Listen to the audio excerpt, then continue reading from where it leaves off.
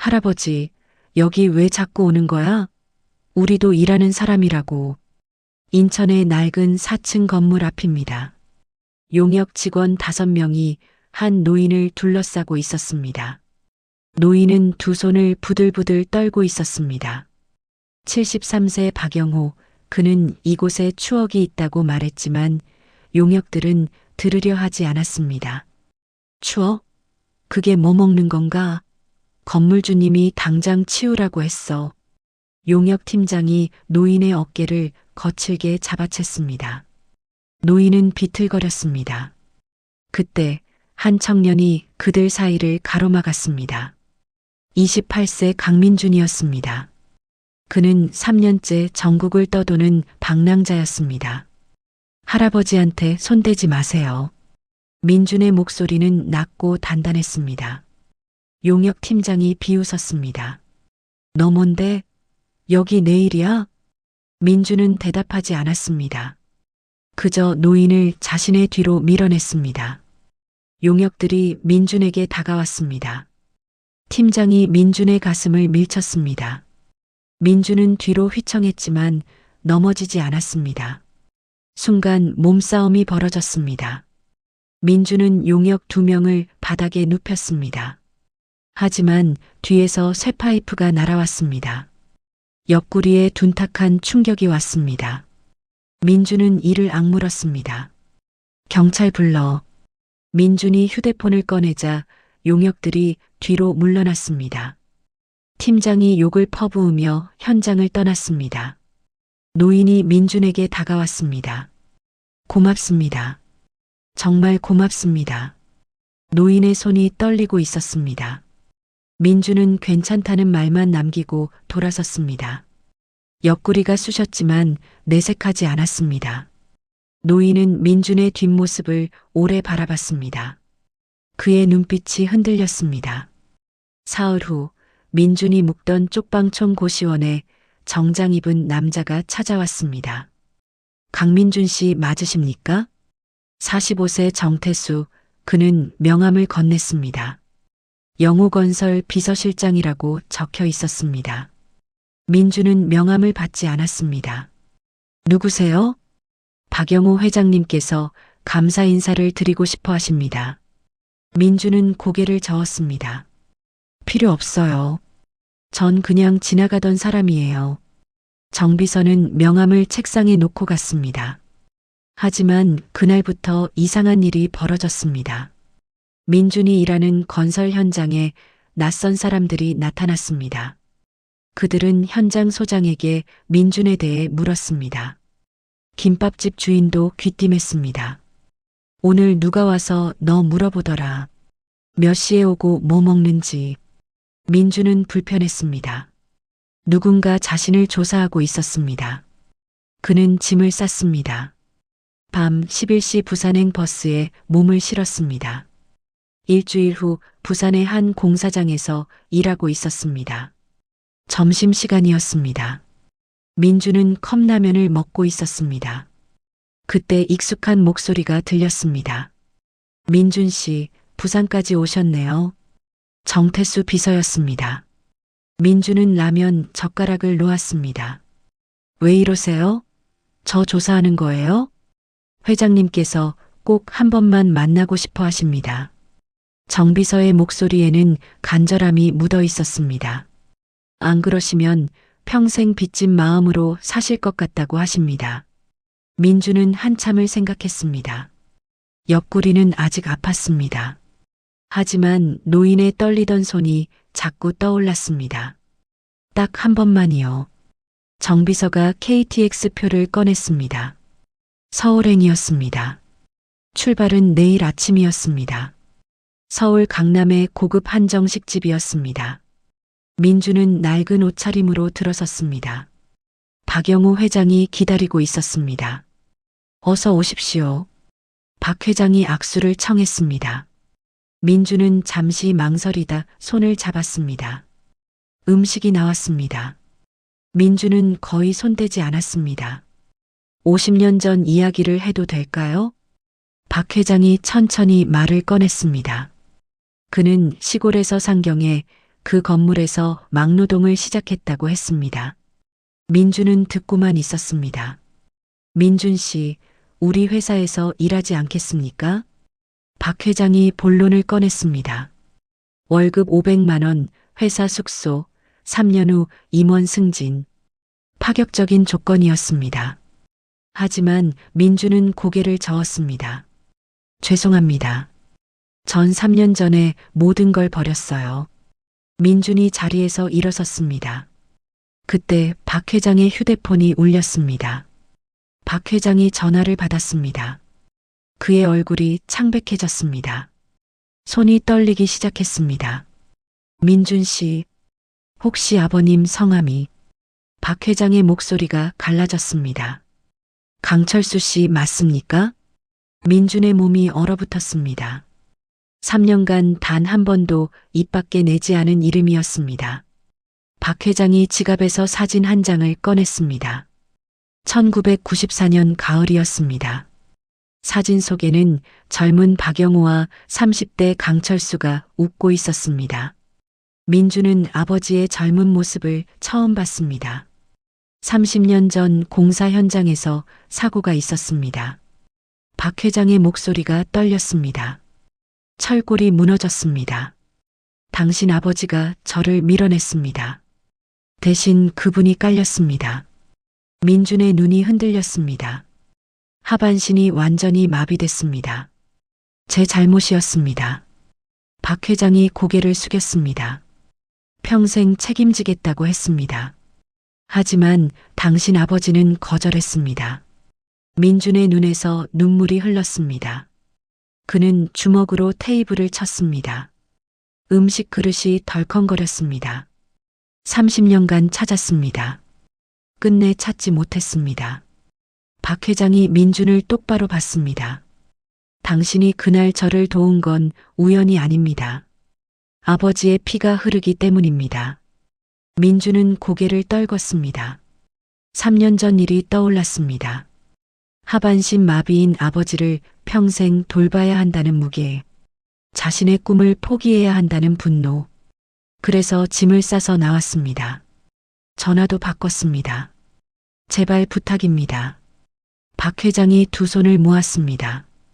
당신 아버지를 위해서라도 제 제안을 받아주십시오. 30년간 갚지 못한 빚을 이제라도 갚게 해주십시오. 민주는 한참을 울었습니다. 그리고 천천히 고개를 들었습니다. 조건이 있습니다. 민준의 목소리가 갈라졌습니다. 회사 들어가기 전에 제가 먼저 해야 할 일이 있습니다. 인천 남동구 낡은 다세대 주택 2층이었습니다. 민주는 계단 아래에서 한참을 서 있었습니다. 손에는 흰 국화와 약과 한 봉지가 들려 있었습니다. 그는 계단을 올랐습니다. 한 계단 오를 때마다 숨이 막혔습니다. 203호 앞에 섰습니다. 문패에는 강철수라고 적혀 있었습니다. 민주는 벨을 누르지 못했습니다. 5분이 지났습니다. 10분이 지났습니다. 그때 안에서 소리가 들렸습니다. 누구세요? 아버지의 목소리였습니다. 3년 만에 듣는 목소리였습니다. 민준의 손이 떨렸습니다. 저, 민준이에요. 문이 열렸습니다. 강철수가 휠체어에 앉아 있었습니다.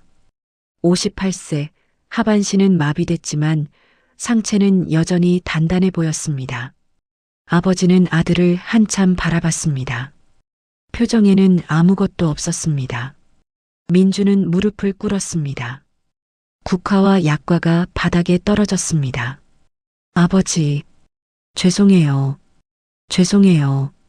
민준이 울먹였습니다. 강철수는 말이 없었습니다. 그저 아들의 머리를 내려다봤습니다. 들어와. 아버지의 목소리는 담담했습니다. 민주는 고개를 들지 못했습니다. 강철수가 휠체어를 돌려 안으로 들어갔습니다. 민준이 일어나 따라 들어갔습니다. 집은 좁았습니다. 10평도 안 돼 보였습니다. 하지만 깨끗했습니다. 책상 위에는 휠체어 부품들이 놓여 있었습니다. 아버지는 휠체어를 수리해서 생계를 이어가고 있었습니다. 3년 동안 뭐 했어? 아버지가 물었습니다. 민주는 대답하지 못했습니다. 전국을 돌았어요. 일용직하면서. 밥은 먹었어? 네. 대화가 끊겼습니다. 민주는 아버지 옆에 앉았습니다. 한참의 침묵이 흘렀습니다. 박영우 회장님 만났어요. 민준이 말을 꺼냈습니다. 강철수의 눈빛이 흔들렸습니다. 그분이 30년 동안 아버지를 찾았대요. 알아. 아버지의 대답은 짧았습니다. 왜 도움 안 받으셨어요? 왜 이렇게 사신 거예요? 민준의 목소리가 높아졌습니다. 강철수는 창밖을 봤습니다. 내 선택이었어. 내가 책임져야지. 아버지 잘못이 아니잖아요. 민준이 소리쳤습니다. 강철수는 여전히 창밖만 봤습니다. 자존심이었어. 내 선택에 대한 대가는 내가 치르는 게 맞아. 민준은 아무 말도 할 수 없었습니다. 아버지는 돌아봤습니다. 너는 왜 도망쳤어? 날카로운 질문이었습니다. 민준은 고개를 숙였습니다. 무서웠어요. 아버지 평생 돌봐야 한다는 게, 제 인생이 없어진다는 게, 그래서 도망쳤구나. 아버지의 목소리에는 원망이 없었습니다. 그게 더 아팠습니다. 미안해요. 정말 미안해요. 민준이 다시 울었습니다. 강철수가 아들의 어깨에 손을 얹었습니다. 이제 알았으면 됐어. 한 달 후 서울 강남의 재활병원이었습니다. 박영우 회장이 준비한 곳이었습니다. 최신 재활 장비가 갖춰져 있었습니다. 강철수는 처음에 거절했습니다. 필요 없어. 이미 30년 지났어. 하지만 민준이 무릎 꿇었습니다. 아버지가 아니라 박 회장님을 위한 거예요. 그분이 30년 동안 짊어진 빚이에요. 강철수는 한참을 생각했습니다. 그리고 고개를 끄덕였습니다. 재활 치료가 시작됐습니다. 강철수는 매일 아침 9시에 병원에 왔습니다. 물리치료사가 그의 다리를 움직였습니다. 고통스러웠습니다. 하지만 강철수는 소리 내지 않았습니다. 민주는 영호건설에 출근했습니다. 현장 관리자로 일하기 시작했습니다. 서울 외곽의 아파트 건설 현장이었습니다. 그는 매일 새벽 6시에 현장에 나갔습니다. 안전모 제대로 써. 민준이 소리쳤습니다. 젊은 일용직 노동자가 안전모 없이 작업하고 있었습니다. 민준은 그를 불러 세웠습니다. 목숨이 장난이야? 노동자는 귀찮다는 표정이었습니다. 하지만 민준은 물러서지 않았습니다. 안전모를 직접 씌워줬습니다. 과거 자신의 모습이 보였습니다. 주말마다 민준은 아버지를 병원에서 모셨습니다. 함께 공원을 돌았습니다. 강철수의 전동 휠체어를 밀며 걸었습니다. 두 사람은 많은 대화를 나누지 않았습니다. 하지만 침묵이 편했습니다. 회사는 어때? 아버지가 물었습니다. 괜찮아요. 일은 힘들지만 의미 있어요. 민준이 대답했습니다. 강철수가 고개를 끄덕였습니다. 박 회장님한테 잘해드려라. 네. 2달이 지났습니다. 강철수의 상태가 조금씩 나아졌습니다. 완전히 걷지는 못했습니다. 하지만 상체 근력이 강해졌습니다. 통증도 줄었습니다. 표정도 밝아졌습니다. 어느 일요일이었습니다. 민주는 아버지와 함께 식당에 갔습니다. 아버지가 좋아하던 된장찌개를 먹었습니다. 강철수가 숟가락을 내려놓았습니다. 민준아. 네. 후회 안 해. 그날 박 회장 구한 거. 아버지의 목소리는 단단했습니다. 그게 내 인생에서 가장 자랑스러운 순간이었어. 민주는 아무 말도 하지 못했습니다. 아버지가 계속 말했습니다. 그 덕분에 너 같은 아들 키웠잖아. 민준의 눈에 눈물이 고였습니다. 하지만 흘리지 않았습니다. 6개월이 지났습니다. 어느 일요일 오후였습니다. 한강공원 잔디밭에 세 사람이 앉아 있었습니다. 박영호 회장, 강철수, 그리고 민준이었습니다. 박 회장이 도시락을 꺼냈습니다. 직접 준비한 음식이었습니다. 김밥과 과일이 담겨 있었습니다. 강철수는 전동 휠체어에 앉아 있었습니다. 표정은 한결 밝아져 있었습니다. 철수 씨, 정말 오래 기다렸습니다. 박 회장이 먼저 말을 꺼냈습니다. 강철수는 고개를 끄덕였습니다. 30년이나 됐네요. 미안합니다. 그때 제가 조심했어야 했는데. 박 회장의 목소리가 떨렸습니다. 강철수가 손을 내밀었습니다. 박 회장이 그 손을 잡았습니다. 회장님 잘못 아니에요. 제 선택이었어요. 강철수가 웃었습니다. 박 회장의 눈에 눈물이 고였습니다. 덕분에 이런 아들 키웠잖아요. 강철수가 민준을 봤습니다. 민준은 두 어른의 대화를 듣고 있었습니다. 가슴이 먹먹했습니다. 세 사람은 함께 김밥을 먹었습니다. 한강 위로 바람이 불었습니다. 민준은 두 어른을 번갈아 봤습니다. 박 회장은 강철수에게 말했습니다. 민준 씨가 회사에서 정말 잘하고 있습니다. 강철수가 고개를 끄덕였습니다. 그래요? 잘 됐네요. 내년에 부장으로 승진시키려고 합니다. 박 회장이 민준을 봤습니다. 하지만 민준은 고개를 저었습니다. 아직 현장에 있고 싶어요. 왜? 박 회장이 물었습니다. 민준이 대답했습니다. 저처럼 방황하는 사람들이 있어요. 그 사람들한테 기회를 주고 싶어요. 강철수가 아들의 어깨를 두드렸습니다. 말은 없었지만 눈빛에 자랑스러움이 담겨 있었습니다. 박 회장도 웃었습니다. 역시 철수 씨 아들이십니다. 해가 기울기 시작했습니다. 민준이 말했습니다. 사진 찍을까요?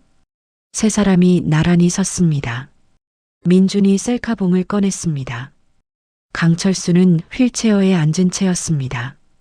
박 회장과 민준이 양옆에 섰습니다. 하나, 둘, 셋. 셔터가 눌렸습니다. 세 남자의 얼굴에 미소가 번졌습니다. 진짜 미소였습니다. 그날 밤 민준은 일기를 썼습니다. 용기란 남을 돕는 것만이 아니다. 자신의 잘못을 인정하고 돌아가는 것이다. 박 회장의 사무실 책상 위에는 세 사람의 사진이 은색 액자에 담겨 있었습니다. 그는 매일 아침 그 사진을 보며 하루를 시작했습니다. 30년간 짊어진 짐이 내려갔습니다. 강철수는 여전히 휠체어 수리 일을 했습니다. 하지만 이제 혼자가 아니었습니다. 아들이 주말마다 찾아왔습니다. 두 사람은 함께 밥을 먹고 공원을 걸었습니다. 민준은 현장에서 일했습니다. 젊은 노동자들을 챙겼습니다. 안전교육을 직접 했습니다. 그들에게서 과거 자신의 모습을 봤습니다. 그래서 더 열심히 도왔습니다. 1년 후 민준은 아버지를 회사로 모셨습니다. 강철수는 영호건설 본사를 처음 방문했습니다. 박 회장이 직접 안내했습니다. 여기가 철수 씨 덕분에 지어진 회사입니다. 강철수는 아무 말 없이 고개를 끄덕였습니다. 그의 눈빛은 평온했습니다.